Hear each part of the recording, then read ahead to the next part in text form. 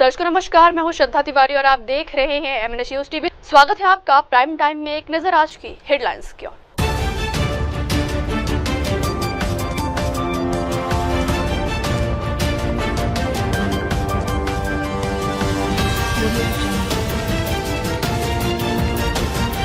तो खबरें विस्तार से।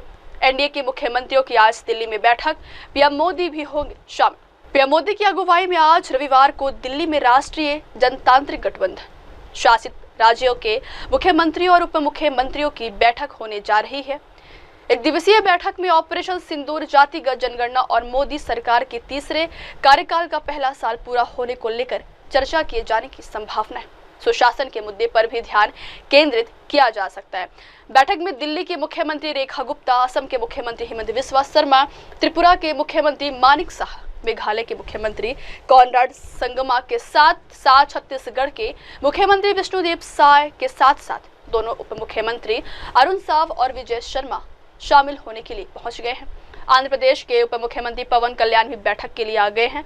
बिहार के सीएम नीतीश कुमार भी अपने उप मुख्यमंत्री के साथ बैठक में शामिल हो रहे हैं। इस अहम बैठक में कई केंद्रीय मंत्री भी शामिल हो रहे हैं। वहीं रक्षा मंत्री राजनाथ सिंह, केंद्रीय गृह मंत्री अमित शाह और जेपी नड्डा भी शामिल होने के लिए पहुंच गए। बीजेपी के सुशासन विभाग के प्रभारी विनय सहस्त्रबुद्धे ने जारी बयान में बताया है कि बैठक में ऑपरेशन सिंदूर की कामयाबी के लिए सशस्त्र बलों और पीएम मोदी को बधाई देने के लिए एक प्रस्ताव पारित किया जाएगा। साथ ही अगली जनगणना में जातिगत गणना कराने के केंद्र सरकार के फैसले की भी सराहना की जाएगी। पीएम मोदी की अगुवाई में आज रविवार को दिल्ली में राष्ट्रीय जनतांत्रिक गठबंधन शासित राज्यों के मुख्यमंत्रियों और उप मुख्यमंत्रियों की बैठक होने जा रही है। एक दिवसीय बैठक में ऑपरेशन सिंदूर, जातिगत जनगणना और मोदी सरकार के तीसरे कार्यकाल का पहला साल पूरा होने को लेकर चर्चा किए जाने की संभावना है। सुशासन के मुद्दे पर भी ध्यान केंद्रित किया जा सकता है।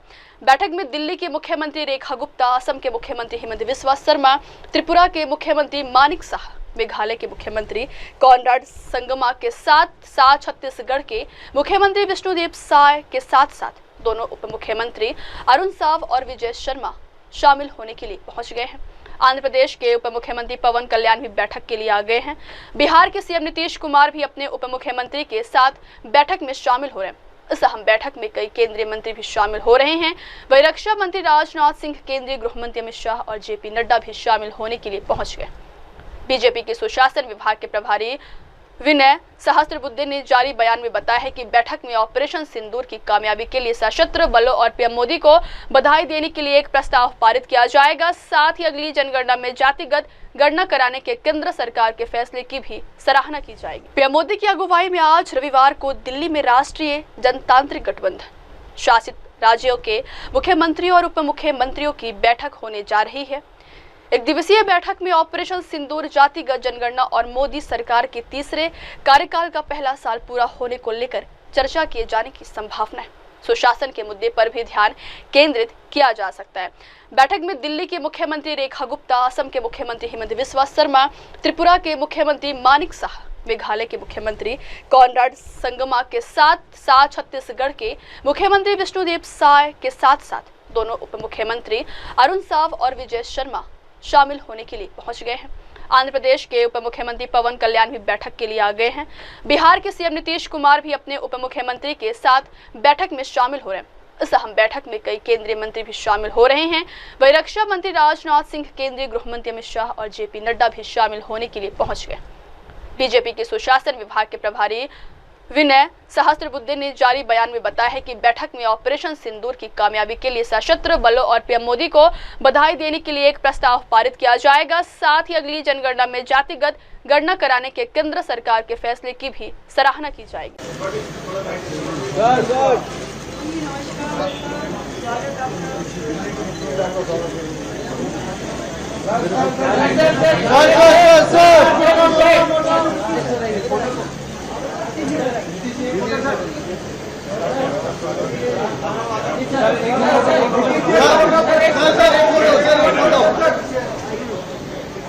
Look at camera, sir.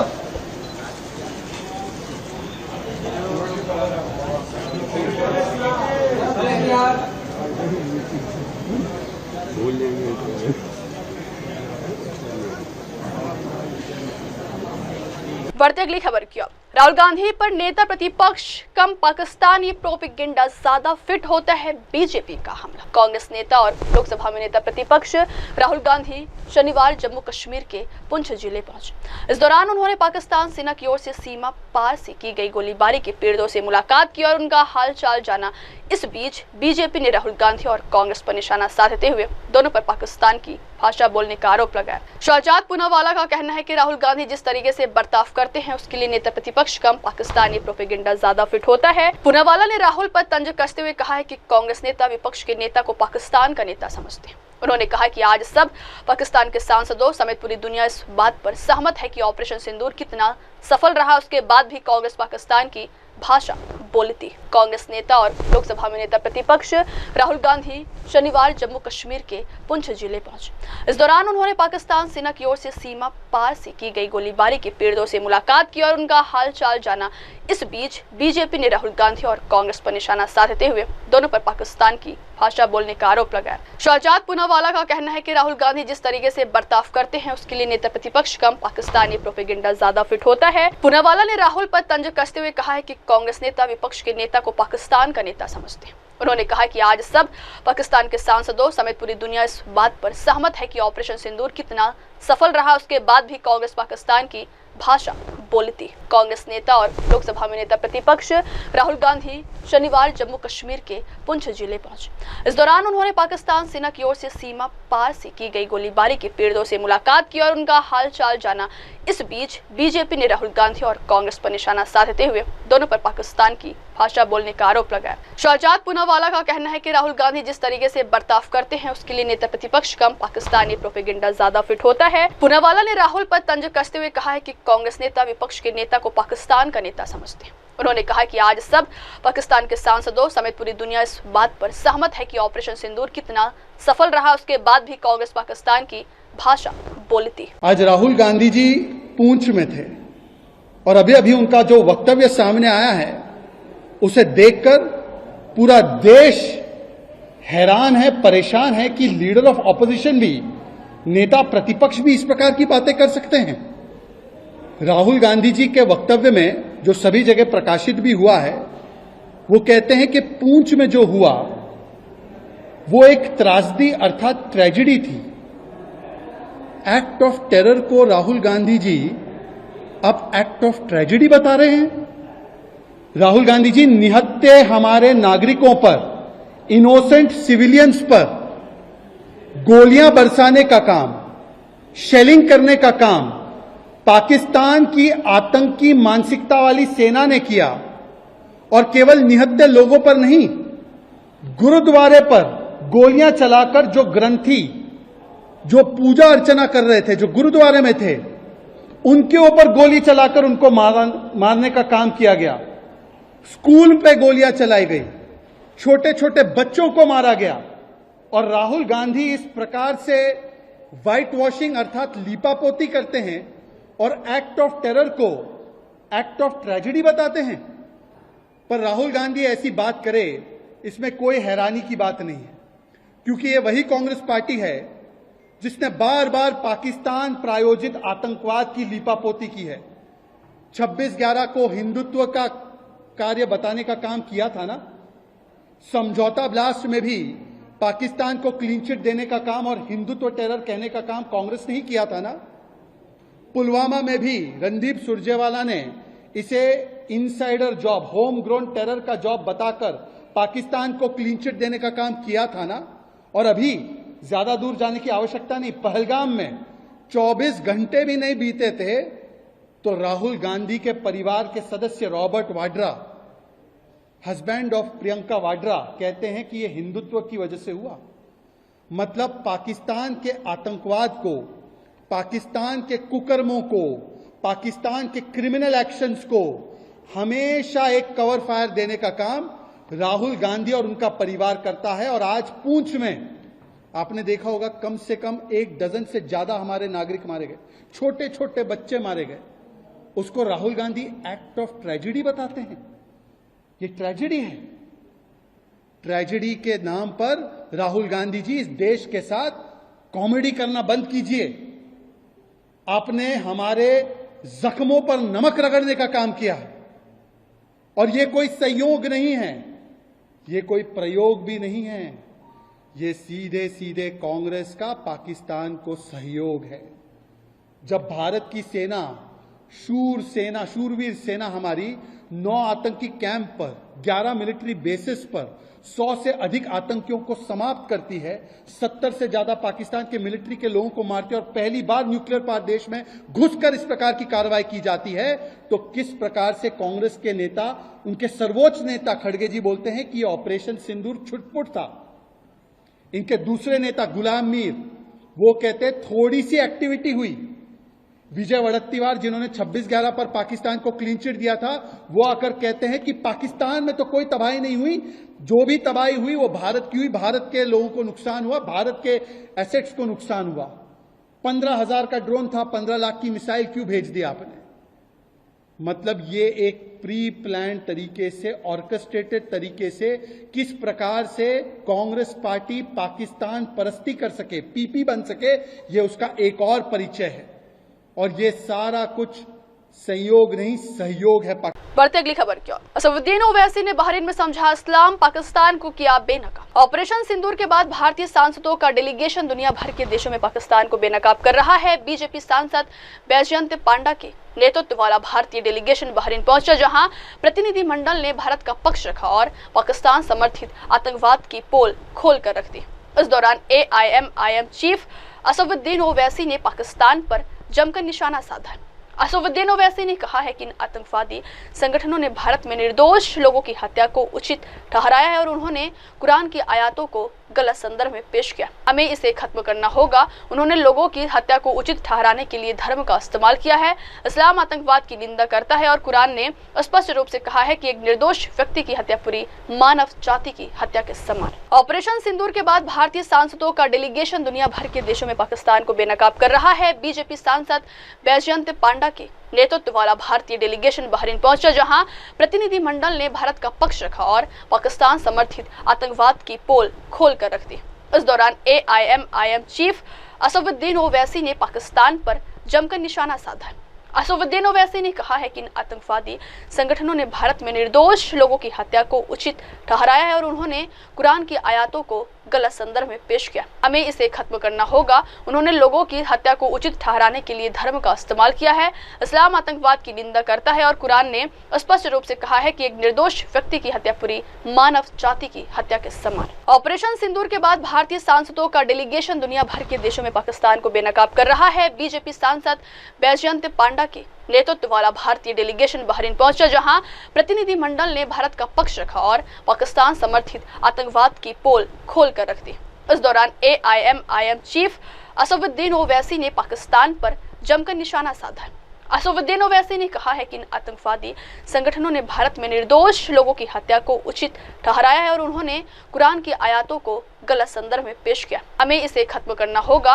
उन्होंने लोगों की हत्या को उचित ठहराने के लिए धर्म का इस्तेमाल किया है। इस्लाम आतंकवाद की निंदा करता है और कुरान ने स्पष्ट रूप से कहा है कि एक निर्दोष व्यक्ति की हत्या पूरी मानव जाति की हत्या के समान। ऑपरेशन सिंदूर के बाद भारतीय सांसदों का डेलीगेशन दुनिया भर के देशों में पाकिस्तान को बेनकाब कर रहा है। बीजेपी सांसद बैजयंत पांडा के नेतृत्व वाला भारतीय डेलीगेशन बहरीन पहुंचा, जहां प्रतिनिधिमंडल ने भारत का पक्ष रखा और पाकिस्तान समर्थित आतंकवाद की पोल खोल कर रख दी। इस दौरान AIMIM चीफ असदुद्दीन ओवैसी ने पाकिस्तान पर जमकर निशाना साधा। असदुद्दीन ओवैसी ने कहा है कि इन आतंकवादी संगठनों ने भारत में निर्दोष लोगों की हत्या को उचित ठहराया है और उन्होंने कुरान की आयतों को गलत संदर्भ में पेश किया। हमें इसे खत्म करना होगा। उन्होंने लोगों की हत्या को उचित ठहराने के लिए धर्म का इस्तेमाल किया है। इस्लाम आतंकवाद की निंदा करता है और कुरान ने स्पष्ट रूप से कहा है कि एक निर्दोष व्यक्ति की हत्या पूरी मानव जाति की हत्या के समान।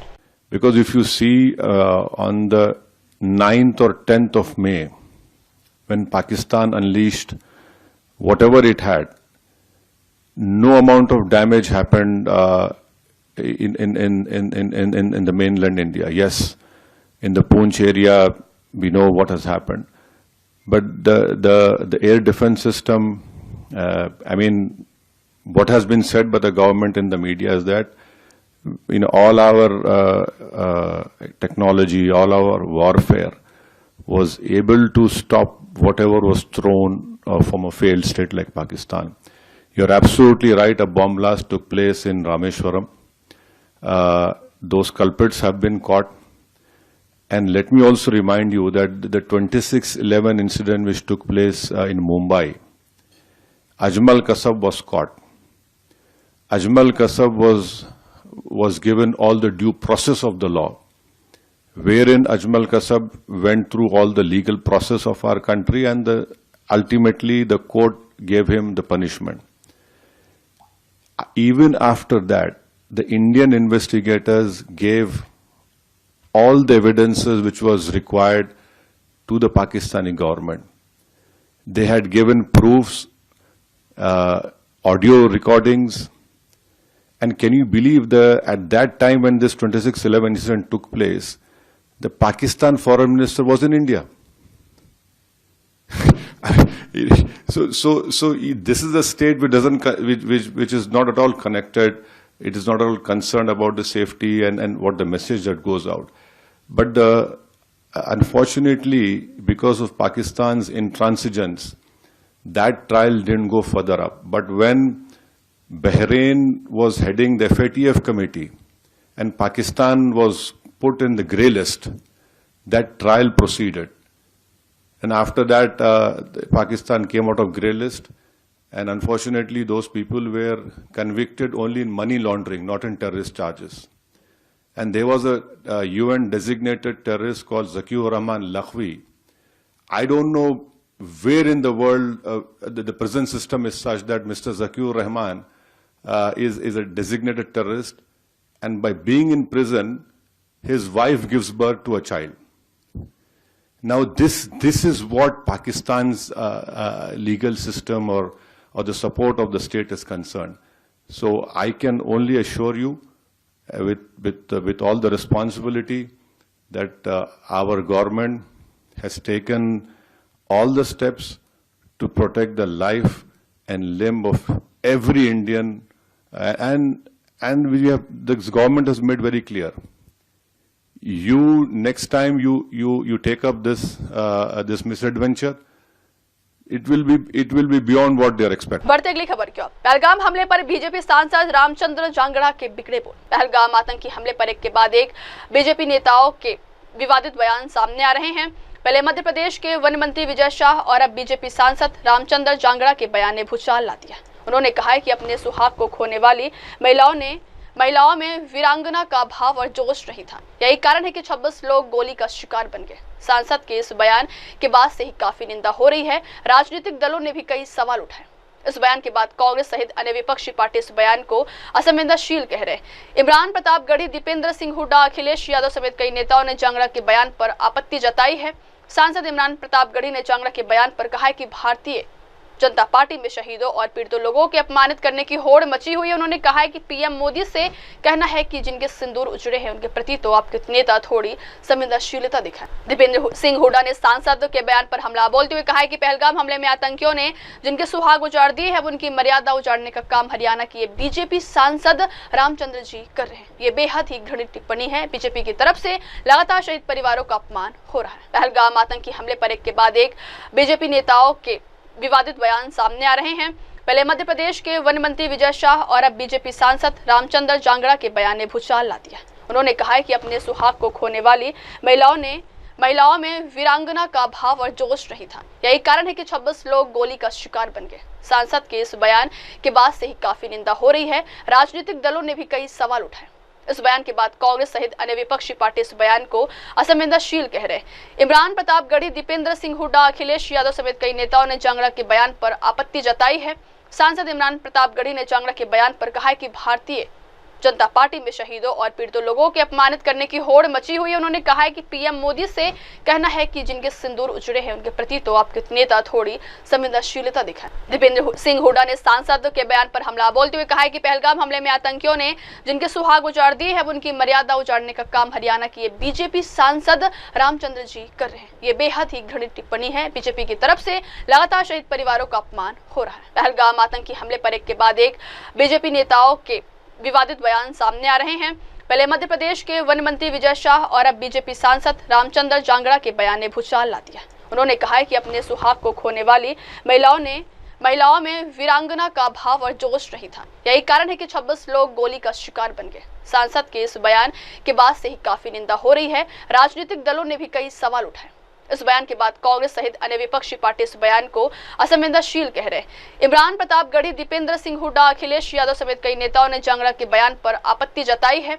सांसद इमरान प्रतापगढ़ी ने जांगड़ा के बयान पर कहा है कि भारतीय जनता पार्टी में शहीदों और पीड़ितों लोगों के अपमानित करने की होड़ मची हुई है। उन्होंने कहा है कि पीएम मोदी से कहना है कि जिनके सिंदूर उजड़े हैं उनके प्रति तो आपके नेता थोड़ी संवेदनशीलता दिखाएं। दीपेंद्र सिंह हुड्डा ने सांसद के बयान पर हमला बोलते हुए कहा है कि पहलगाम हमले में आतंकियों ने जिनके सुहाग उजाड़ दिए हैं उनकी मर्यादा उजाड़ने का काम हरियाणा के बीजेपी सांसद रामचंद्र जी कर रहे हैं। ये बेहद ही घृणित टिप्पणी है। बीजेपी की तरफ से लगातार शहीद परिवारों का अपमान हो रहा है।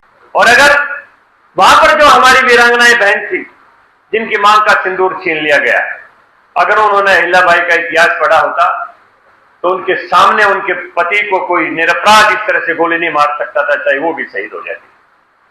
जोश नहीं था, जज्बा नहीं था, दिल नहीं था, इसलिए हाथ जोड़ के गोली का शिकार हो। बढ़ती अगली खबर की ओर। दिल्ली एनसीआर में देर रात भारी बारिश, कई इलाकों में भरा पानी, जल भराव में डूबी नजर आई कारें। दिल्ली एनसीआर में शनिवार शाम को हुई बारिश से जहां मौसम को खुशनुमा हुआ तो वहीं दूसरी ओर कई इलाकों में आफत बनकर टूट गई। दिल्ली में बारिश के बाद कई सड़कें जलमग्न हो गई हैं। तेज बारिश के कारण रविवार सुबह कई जगहों पर जल भराव की स्थिति देखी गई है। दिल्ली एयरपोर्ट के पास के इलाकों में भी सड़कों पर पानी बह रहा है। मौसम विभाग के पूर्वानुमान के अनुसार अगले 24 घंटों के लिए बारिश व तेज हवाओं को लेकर येलो अलर्ट जारी किया है। आज यानी रविवार को भी मौसम विभाग के राजधानी दिल्ली में अधिकतम तापमान 32 डिग्री सेल्सियस, एडमिशन तापमान 28 डिग्री सेल्सियस तक रहने का अनुमान है। बता दें कि शनिवार देर रात हुई बारिश से दिल्ली में कई सड़कें जलमग्न हो गई हैं, जहां से लोगों का निकलना मुश्किल हो रहा है। कई वाहन जल भराव में फंसकर खराब है या फिर बंद हो जा रहे हैं।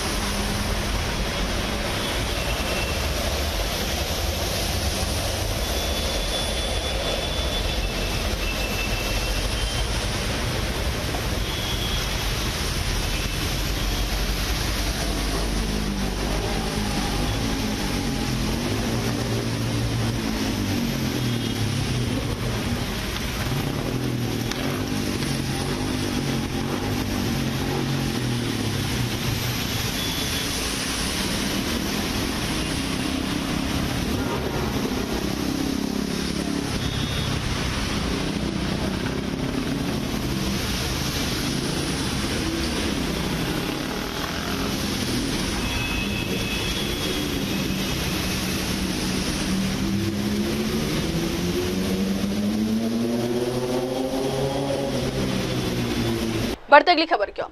सीएम रेखा गुप्ता ने नीति आयोग की बैठक में बताया रोड मैप। मुख्यमंत्री गुप्ता ने बताया है कि दिल्ली सरकार शिक्षा, स्वास्थ्य, परिवहन, पर्यावरण और जल आपूर्ति जैसे क्षेत्रों में व्यापक सुधारों पर कार्य कर रही है। उन्होंने हमारा संकल्प है कि वर्ष 2047 तक दिल्ली को जीरो इमिशन सिटी और जीरो प्रिवेंटेबल डेथ्स की दिशा में अग्रसर करे। इसके लिए स्वास्थ्य सेवाओं को सुलभ, सस्ती और प्रभावी बनाया जा रहा है। स्वास्थ्य क्षेत्र में आयुष्मान भारत, पीएम जन औषधि योजना जैसी केंद्रीय योजनाओं को राज्य सरकार ने अपने बजट से अतिरिक्त समर्थन देकर लागू किया है। साथ ही राजधानी में नए अस्पतालों की योजना बनाई गई।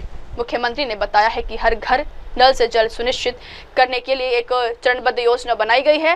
राजधानी में कई नए वाटर ट्रीटमेंट प्लांट्स की स्थापना की जा रही है। उन्होंने कहा है कि साथ ही यमुना नदी को पुनर्जीवित करने के लिए एसटीपी लगाने की योजना है। हमारा उद्देश्य यमुना को केवल स्वच्छ नदी नहीं बल्कि सांस्कृतिक पुनर्जागरण का प्रतीक बनाना है। मुख्यमंत्री ने बताया कि दिल्ली सरकार का लक्ष्य है कि राजधानी 100% इलेक्ट्रिक सार्वजनिक परिवहन को अपनाए। इसके लिए 2000 नई इलेक्ट्रिक बसों के संचालन का लक्ष्य तय किया गया है। दिल्ली इलेक्ट्रिक व्हीकल जैसे प्रोजेक्ट्स के जरिए इस दिशा में तेजी से काम हो रहा है। बढ़ती अगली खबर क्या, टैक्स में मिले 50% की हिस्सेदारी। नीति आयोग की बैठक में सीएम स्टालिन ने की मांग। तमिलनाडु के सीएम एम.के. स्टालिन ने शनिवार को नई दिल्ली में नीति आयोग की गवर्निंग काउंसिल की बैठक में भाग लिया, जो 3 साल के बहिष्कार के बाद उनकी पहली उपस्थिति थी। पीएम मोदी की अध्यक्षता में हुई बैठक में अपने हस्तक्षेप के दौरान मुख्यमंत्री ने राजकोषीय संघवाद और राज्य की स्वायत्तता से संबंधित महत्वपूर्ण मुद्दे को उठाया है। सीएम स्टालिन ने केंद्रीय कर राजस्व में राज्यों की हिस्सेदारी को बढ़ाकर 50% करने की जोरदार वकालत की है। उन्होंने इस बात पर प्रकाश डाला कि केवल 33.16% का वर्तमान हस्तांतरण 15वें वित्त आयोग द्वारा अनुशंसित 41% से काफी कम है। उन्होंने बताया है कि इस कमी ने राज्य सरकारों पर भारी वित्तीय दबाव डाला है, जिससे उन्हें केंद्रीय योजनाओं को लागू करने के लिए अतिरिक्त बोझ उठाने के लिए मजबूर होना पड़ा है। उन्होंने शिक्षा के वित्तपोषण का उदाहरण दिया है, जहां पीएम श्री स्कूल पहल से संबंधित कुछ शर्तों का पालन न करने के कारण तमिलनाडु को 25-26 शैक्षणिक वर्ष के लिए 2200 करोड़ रुपए देने से इनकार कर दिया गया है।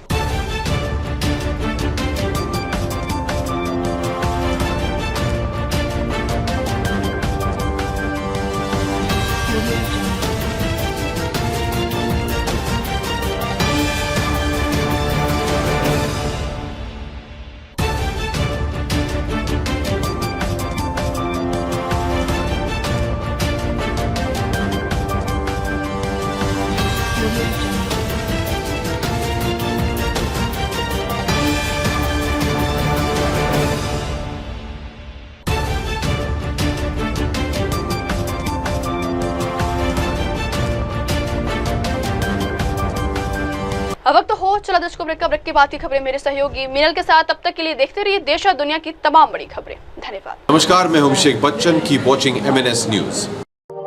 आप देख रहे हैं MNS न्यूज, सच जरूर।